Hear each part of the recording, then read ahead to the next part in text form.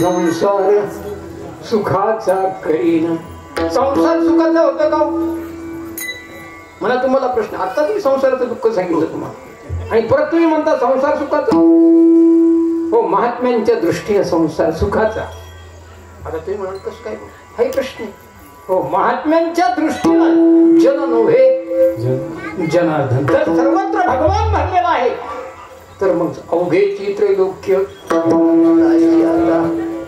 मग त्यांच्या दृष्टीनं संसार सुखाचा करीन ही प्रतिज्ञा करायला सुद्धा शिल्लक राहिली नाही. म्हणजे महात्म्यांच्या दृष्टीनं संसारच नाही तर संसार दुःखही करते. विषय पामर विषय माणसाला संसार दुःखाचं काही वाटत नाही.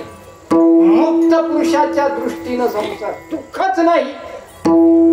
मग हे संसार दुःख कुणाला? तर हे संसार दुःख साधकाला. तुम्ही आम्ही सगळे साधकच आहोत.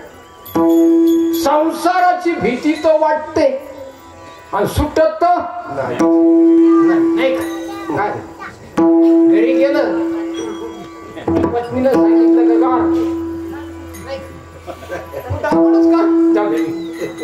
माझा विषय तो नसल्यामुळे जास्त ठीक आहे. आणि भीती वाटते सुटत नाही. मग करायचं काय? हे वाटे परत असते अवस्था असते. आणि मग त्याच्या अंतःकरणामध्ये अशी तळमळ असते. काय तळमळ असते? काही उधार पावे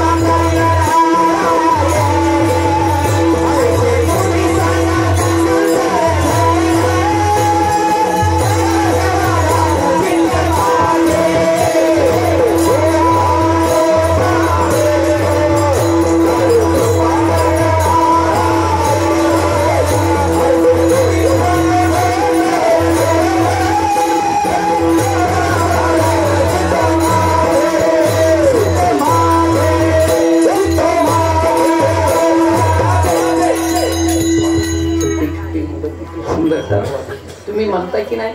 तसेच बरोबर. यांच्यावर किती संस्कार ताबडतोब झाले बघा. नाही तर खोब्या झाला तरी टाळ वाजवत.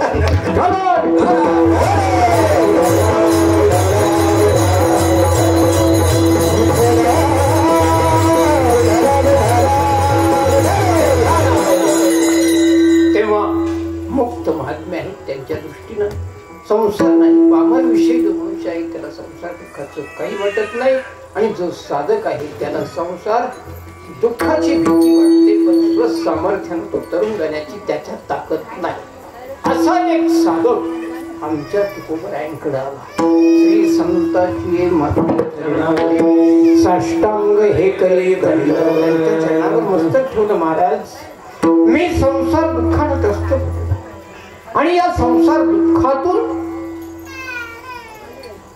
सुटण्याकरता मला काहीतरी उपाय सांगा. त्याला उपाय महाराज अभंगाच्या प्रती